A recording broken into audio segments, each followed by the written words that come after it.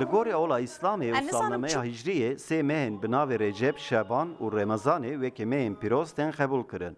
Meha Recepê jî yek ji mehên ku li gorî Îslamê qetilkirina mirovan hatî qedeğekirin tê zanîn.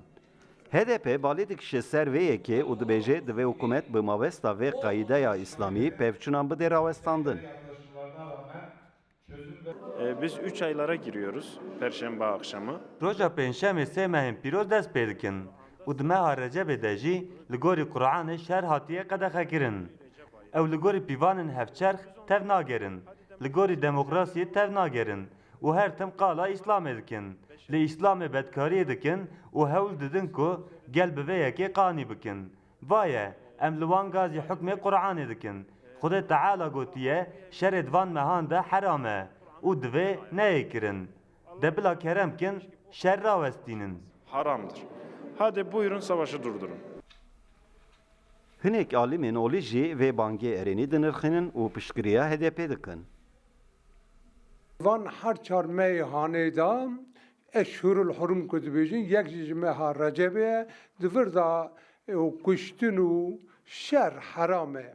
Bira ev şerê hanê raweste insan insana nekuje em jî li vira gazî sero komarê Tirka dikin em dibê ji bona Xwedê ji bona pêxember ji bo xatirê Qur'anê ku Qur'an di van meyhan da nazil biya hatiye jêrê bi xatirê wî bikî îdî bes e bira insan neyne kuştin.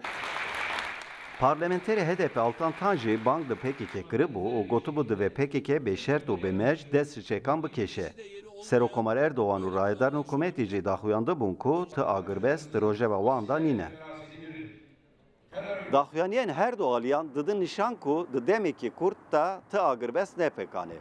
Lêbelê li gorî rapirsiya rawêşkariya ewlehiya civakî sedî notu pêncên Kurdan dixwazin ku pevçûn bên rawestandin û proseya çareseriyê carek din dest pê bike. Kemal Avcı, Rudaw, Ankara.